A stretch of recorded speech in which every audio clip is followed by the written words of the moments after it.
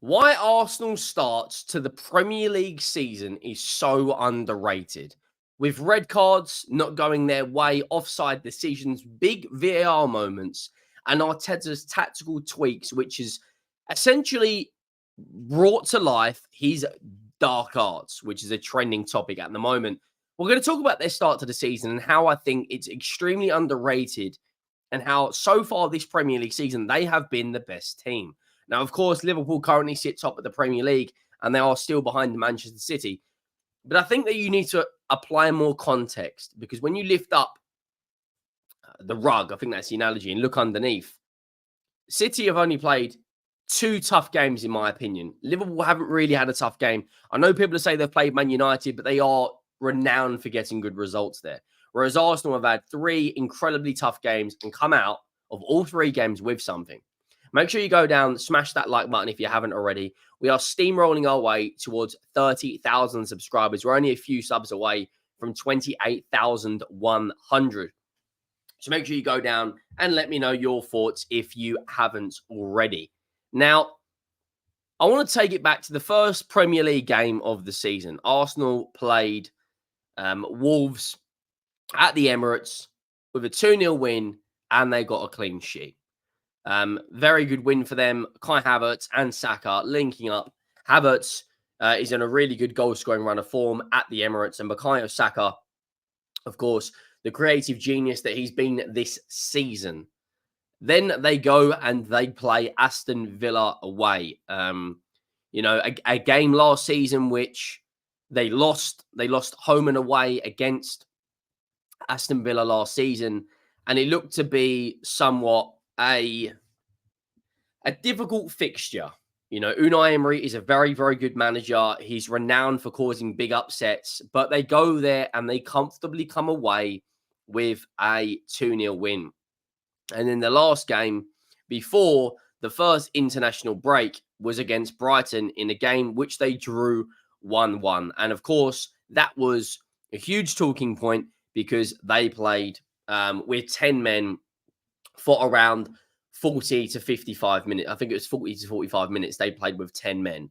Now, playing against a Brighton side that are very attacking, that are happy to go at their opponent, take risks, score goals, keep the ball. I think Arsenal come away with something like 35% possession that game. Brighton had 22 attempts, and Arsenal still had the belief to go and create chances. And of course, they did, and they nearly scored even with 10 men, which was, I think any Arsenal fan should be happy to take a point. Now, of course, the first international break wasn't exactly the best of news for Arsenal fans because Martin Odegaard picked up a huge injury while away training with Norway. The following game, they played Tottenham away. Now, of course, they've beaten us 3 times in a row.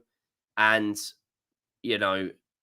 it's always a tough game. I don't buy this narrative that, you're automatically going to beat your rivals. Tottenham have turned up in games, even against the Invincibles, when Arsenal had some of the best players the Premier League has ever seen, with the likes of Thierry Henry and Robert Pires, etc., etc., etc. And this was kind of the birth of the 4-4-2, which has kind of changed Mikel Arteta's approach to games into a more of a pragmatic approach. And we saw the 4-4-2 really brought back into our, obviously, Wenger loved the 4-4-2 back in the day. Jorginho and Partey sitting together. No, of course, no Odegaard. Martinelli and Saka out wide, and Trossard and Havertz up front. And once again, Gabriel gets on the score sheet. I think he's got 16 Premier League goals, which is just absolutely phenomenal.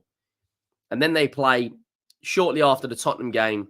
It kind of sparked. After the Brighton game, there was 3 incredibly tough away games, and everyone was saying this is where Arsenal are going to fall off. This is where we're going to see, Arsenal's true colours. This is when Arsenal are going to capitulate and collapse. And the first of the 3 tough away games was Tottenham. The second one was Atalanta. And the third one was, of course, Manchester City. Now, the Atalanta game was incredible. David Raya made 2 wonder saves, saving the penalty and then saving the rebound. Of course, Arsenal didn't really do too much in terms of an attacking outlet. They only had 6 shots. They only had 2 shots on target. But as I said, when I first looked at the Champions League groups, I said, as long as you don't lose your away games and when you win your home games, you will 100% qualify to the next round of the Champions League. So they drew 0-0 with Atalanta. Then they play Manchester City. Now, this is when we saw the mentality shift in these Arsenal players. We've seen it in the past, a couple of years ago. Manchester City, in that treble-winning season, absolutely steamrolled Arsenal, 4-1. De Bruyne, an absolute menace. And, of course, Arsenal were... Everyone thought they were going to lose. Everyone thought they were going to go up to Manchester and get just beaten the living daylights out of. But we saw the mentality change in Arsenal. They go 1-0 down early on from an Erling Haaland goal. And even myself, I thought, we're really going to see what Arsenal are made of now. Do they have the minerals away at the Etihad, being 1-0 down so early on as well? The goal was in about the 9th or the 10th minute from Erling Haaland. And it was a good milestone for Erling Haaland as well, because it's the first time he scored past Gabriel and Saliba. But we saw the response. You know, Ricardo Calafiori, Arteta chucks him in at the deep end, away at the Etihad, making your Arsenal debut. And what does he do? He scores an absolute worldie to bring his team back into the game. It's a fantastic strike. Edison got absolutely no chance getting a hand on that. They get back 1-1. Gabriel Magalhaes has a huge chance just before he scores. They could have even been 3-1 up before the halftime break. You know, Gabriel Magalhaes gets his header just like he does away against Spurs from a corner. And, of course, they go 2-1 up. Then, of course, the Leandro Trossard red card happens. And I personally believe if Arsenal have 11 men on the pitch against Manchester City and Brighton, they win both of those games. Manchester City looked rocked. They looked like they were rattled, extremely rattled. And, of course, at the very, very end, John Stones gets an equaliser and he makes it 2-2. Then, of course, 3 days later, Arsenal heavily rotate against Bolton, go out there and put 5 goals past them. Raheem Sterling gets a goal on his full debut for Arsenal. A comfortable game. We saw, you know, Wanyeri, the star that he really is, 2 goals against Bolton in the Cup. He looks a real talent. And then, of course, shortly after that, they played Leicester in a game which we saw their mentality again. They were 2-0 up in absolute cruise control. You know, Justin gets 2 really good goals, one of the best goals you will see so far this season. And then this Arsenal team that has got a never say die attitude scored not 1, but 2 goals in injury time against Leicester. A Wilfred Ndidi own goal and a goal from Kai Havertz. You know, if this was the Arsenal team that we saw a few years ago, they 100% wouldn't have bounced back against Leicester. Then they played their first home game against arguably their toughest opponent in the Champions League, PSG. And what do? They go out there, they get 3 points, they get a clean sheet, and they comfortably dispatch of PSG. 4 days later, they play Southampton. They go a goal behind against from a Cameron Archer goal. He actually looks a decent player, by the way. And then Arsenal score 3 goals, and Bukayo Saka has an absolute masterclass with 1 goal and 2 assists. And the cross for Gabriel Martinelli as well is absolutely sublime. Now, I want to talk about the 4 or 5 fixtures they've got coming up. They've still got to play 4 games this month, which is absolutely insane, considering there's only, 2 weeks left of it. Bournemouth away, Shakhtar Donetsk at home, Liverpool at home, which will be a huge fixture for them. And, of course, Preston away. Now, I think they will comfortably dispatch of Shakhtar Donetsk and Preston. I think they will keep their streak alive of not losing a game so far in the Champions League. Bournemouth away. I think Arsenal play some of their better football away from home. Their defense seems to be a lot stronger. They seem to be a lot more organised. If you look at their recent results, they have lost a few goals at the Emirates. 1 against Bolton, 2 against Leicester, 1 against Southampton, 1 against Brighton. Whereas you look at their away form, of course, conceding 2 against Manchester City is not it's not the end of the world. They're the best team out there. But clean sheets against Aston Villa and clean sheets against Spurs, clean sheets against Aston Villa, Atalanta, all in there. Whereas you look at these fixtures, I think they keep a clean sheet and comfortably go out and beat Bournemouth. Newcastle will be an interesting game as well, but Liverpool's the one for me. We're really going to see where Arne Slot is. We're really going to see what this Arsenal team are capable of. And then it's the three fixtures after the Preston game. Newcastle United away, Inter Milan away, and Chelsea away. Do Arsenal once again have what it takes to go out on another run of games and really show their composure, where they are as a club, what their goals are, which is clearly to win multiple honours this season? You look at their Premier League start to the season, bearing in mind that Liverpool have only played one of the so-called Big Six sides. Manchester City have of course played two, but Arsenal have played two Big Six sides, as well as Aston Villa in there, as well as Brighton in there. Arsenal have played three, of course. Tottenham are obviously in the top six, but three of the top six currently in the Premier League. I think it's a very, very good start. I think it's a very underrated start.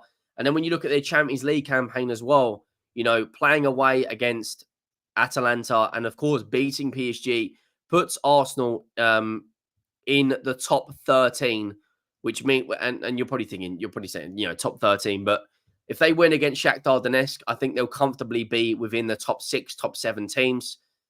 Manchester City are as well. They're on 4 points. So, of course, Aston Villa have had an incredible start as well as Liverpool, but the Champions League's difficult this season. There's a lot more games. You need a lot more rotation in and around your players. Of course, Martin Odegaard, the injury that they've had to him has been hugely significant, but players have stepped up in his absence, with the likes of Martin Odegaard being out, Kai Havertz and Saka have really stepped up during that time. Bukayo Saka has got 7 Premier League assists already, which is absolutely insane. I think they'll comfortably go out there and win their next games. It's all about, if for Arsenal, it's all about getting to Christmas, because by Christmas, every single player should be fully fit, recovered. And in that time, they've got some difficult games. The December period, they've got Ipswich Town, Brentford away, Everton, Crystal Palace, Monaco, Fulham, and Man United all in there. Plus you'd imagine the next round of the League Cup, you'd imagine the next round will be, once they get past Preston, should be fairly in their favour. They've also got a Champions League game, 2 in November against Inter Milan and Sporting, while we have another international break as well, which is incredibly unfortunate for us. But so far, I think Arsenal have had a good start to the season. I think we need to put a little bit more respect on their name. Everyone's giving Liverpool huge, huge praise, and they're only 1 point above this Arsenal side, and they have lost the game, and they have played easier opponents. I'm happy to give Liverpool credit, because I think they've had a very strong start. Other than that slip up against Nottingham Forest, they've been practically perfect. Arne Slot is the first Liverpool manager, I think it's something like 50 years, to win 9 of his first 10 games. So it's a really, really strong start for them. But with that strong start, they are only 1 point above this Arsenal side, and of course above Manchester City. Let me know your thoughts down below. Do you think Arsenal have what it takes to really go out there and win this Premier League title? I think they've got what it takes. I think the January window for Liverpool, Arsenal, City and Chelsea, because I'm throwing Chelsea in the mix, not necessarily being in a title race, but being in and around that top 4. I think the January transfer window is absolutely huge, knowing the fact that these teams, this season, because rotation is going to be so important. I think if Arsenal bring another forward in who can actually contribute goals, and Man City bring in a DM, and Liverpool bring in a left back / a player that can really play, maybe as an attacking midfielder, the title race becomes a 3-horse race, 100%. I think if Arsenal bring in a Victor Gyökeres, or they bring in a Benjamin Sesko, I would back Arsenal to go and win the league. If Manchester City bring in a Martin Zubimendi, or someone's covered that DM role, then I really would back them to win the league. But right now, it's so open, it's so competitive. There is so many fixtures coming our way. It's absolutely insane. We just hit 28K a couple of days ago, and now we are on our way towards 28.1K. Make sure you go down, hit that subscribe button, drop a like on the video. Make sure you have done both of those, and I'll see you all soon. Thank you all for watching. I am